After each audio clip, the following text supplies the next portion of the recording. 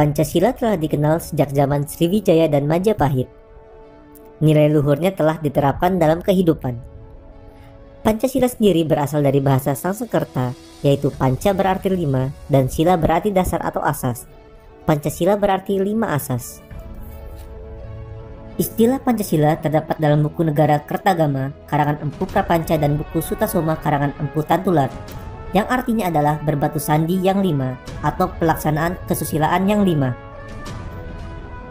Sejarah perumusan Pancasila sebagai dasar negara merupakan bagian dari sejarah perjuangan bangsa Indonesia. Dalam periode penjajahan Barat, bangsa Indonesia terlibat dalam perjuangan fisik untuk mengusir penjajah. Perlawanan terhadap penjajahan Barat tersebut terjadi hampir di seluruh wilayah Indonesia, tetapi belum terkoordinasikan dengan baik dan bersifat kedaerahan. 20 Mei 1908, Dr. Sutomo mendirikan Budi Utomo yang merupakan organisasi pelopor gerakan nasional.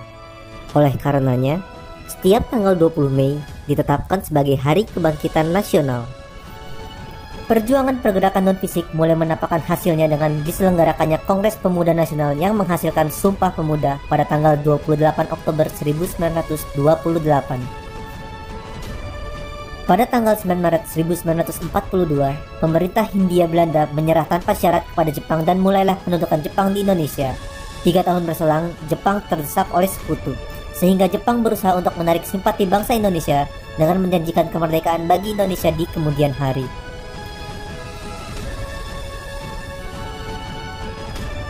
Tanggal 29 April 1945, Jepang membentuk BPUPKI atau Dokuritsu Junbi Chosakai yang diketuai Dr. KRT Rajiman Weddio Diningrat dan beranggotakan 76 orang, termasuk 7 orang Jepang sebagai anggota istimewa.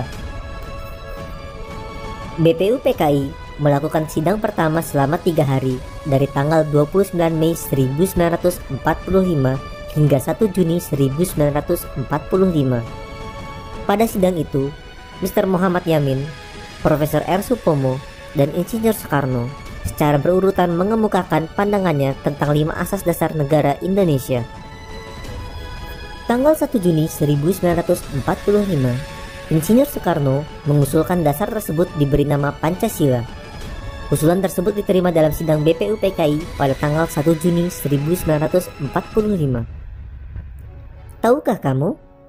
Berdasar Kepres nomor 24 tahun 2016 tentang Hari Lahir Pancasila, menyatakan bahwa tanggal 1 Juni 1945 ditetapkan sebagai Hari Lahir Pancasila. Insinyur Soekarno juga mengusulkan konsep Trisila dan Ekasila yang merupakan intisari dari Pancasila. Trisila terdiri dari sosio-nasionalisme, sosio-demokrasi, dan ketuhanan, sedangkan Ekasila berupa gotong royong. Tindak lanjut dari sidang BPUPKI adalah dibentuk tim 9 yang menghasilkan Piagam Jakarta pada 22 Juni 1945. Sedangkan sidang kedua BPUPKI 11 Juli 1945 menghasilkan rancangan teks proklamasi, rancangan pembukaan Undang-Undang Dasar, dan rancangan batang tubuh Undang-Undang Dasar. Rancangan Dasar Negara terdapat dalam alinea 4 Piagam Jakarta 22 Juni 1945. Namun terdapat perbedaan dengan naskah Pancasila.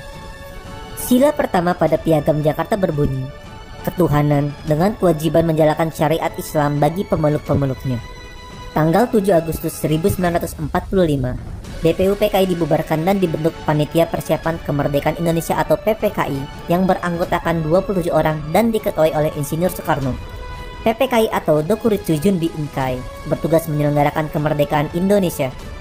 PPKI menyelenggarakan sidang pertama pada 18 Agustus 1945, sehari setelah proklamasi kemerdekaan. Dengan mengedepankan persatuan dan kesatuan, sebelum sidang dimulai, Dr. Andes Muhammad Hatta mengusulkan perubahan sila pertama dengan menghapus 7 kata menjadi ketuhanan yang Maha Esa. Naskah Pancasila menjadi sebagaimana yang sekarang. Dalam sidang PPKI pada tanggal 18 Agustus 1945 ditetapkan 1. Mengesahkan Undang-Undang Dasar 1945 yang di dalamnya terdapat dasar negara Pancasila. Kedua, memilih Presiden dan Wakil Presiden pertama NKRI yaitu Insinyur Soekarno dan Dr. Andes Muhammad Hatta. Ibarat suatu bangunan, Negara Kesatuan Republik Indonesia didirikan di atas suatu pondasi atau dasar yang terdiri dari 5 asas yang dinamakan Pancasila.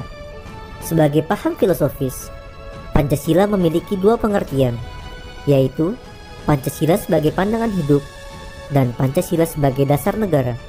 Pancasila sebagai pandangan hidup atau way of life atau Weltanschauung dalam bahasa Belanda harus dapat dipertanggungjawabkan secara logis dan dapat diterima oleh akal sehat. Dalam pelaksanaannya sehari-hari tidak boleh bertentangan dengan norma agama, norma kesusilaan, norma sopan santun, serta norma hukum yang berlaku. Pancasila sebagai dasar negara dalam pengertian ini sering disebut pula sebagai dasar falsafah negara atau filosofische Grundlage atau ideologi negara atau Staatsidee. Dalam hal ini, Pancasila digunakan sebagai dasar untuk mengatur penyelenggaraan negara atau mengatur pemerintahan negara. Kedudukan hukum Pancasila selain sebagai dasar negara juga sebagai sumber dari segala sumber hukum negara, sebagaimana tercantum dalam Undang-Undang Nomor 12 Tahun 2011. Berdasarkan pengertian dan perannya, Pancasila berfungsi sebagai dasar yang statis atau fundamental, sebagaimana fungsi pokok Pancasila yang tercantum dalam pembukaan Undang-Undang Dasar 1945. Tuntunan yang dinamis sebagai cita-cita dan tujuan bangsa Indonesia. Ikatan yang dapat mempersatukan bangsa Indonesia, menjamin hak hidup secara layak bagi semua warga negara dan semua golongan tanpa ada perbedaan. Selain itu, Pancasila memiliki 3 fungsi. 1. Fungsi yuridis ketatanegaraan yang merupakan fungsi pokok atau fungsi utama dari Pancasila sebagai dasar negara. 2. Fungsi sosiologis, yaitu apabila dilihat sebagai pengatur hidup kemasyarakatan pada umumnya. 3. Fungsi etis dan filosofis, yaitu apabila fungsinya sebagai pengatur tingkah laku pribadi. Dalam hal ini, Pancasila berfungsi sebagai philosophical way of thinking atau philosophical system. Pancasila sebagai dasar negara mengandung pokok pikiran yang di dalamnya tersimpul ajaran Pancasila, sehingga mempunyai hubungan kausal dan organis dengan pasal-pasal Undang-Undang Dasar 1945. 4 pokok pikiran yang merupakan suasana kebatinan dari Undang-Undang Dasar 1945 tersebut terdiri dari: pertama, negara melindungi segenap bangsa Indonesia dengan berdasarkan persatuan dalam sila ketiga. Yang kedua, negara Indonesia mewujudkan keadilan sosial bagi seluruh rakyat Indonesia dalam sila kelima. Ketiga, negara berkedaulatan rakyat berdasarkan atas kerakyatan dan permusyawaratan atau perwakilan dalam sila keempat. Yang keempat, negara berdasarkan ketuhanan yang Maha Esa menurut dasar kemanusiaan yang adil dan beradab, yaitu sila ke-1 dan kedua. Singkatnya, Pancasila memiliki 2 pengertian, 3 fungsi, dan 4 pokok pikiran serta 5 sila.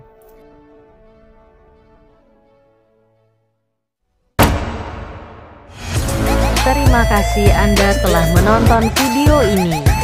Jangan lupa subscribe Bosku YouTube channel.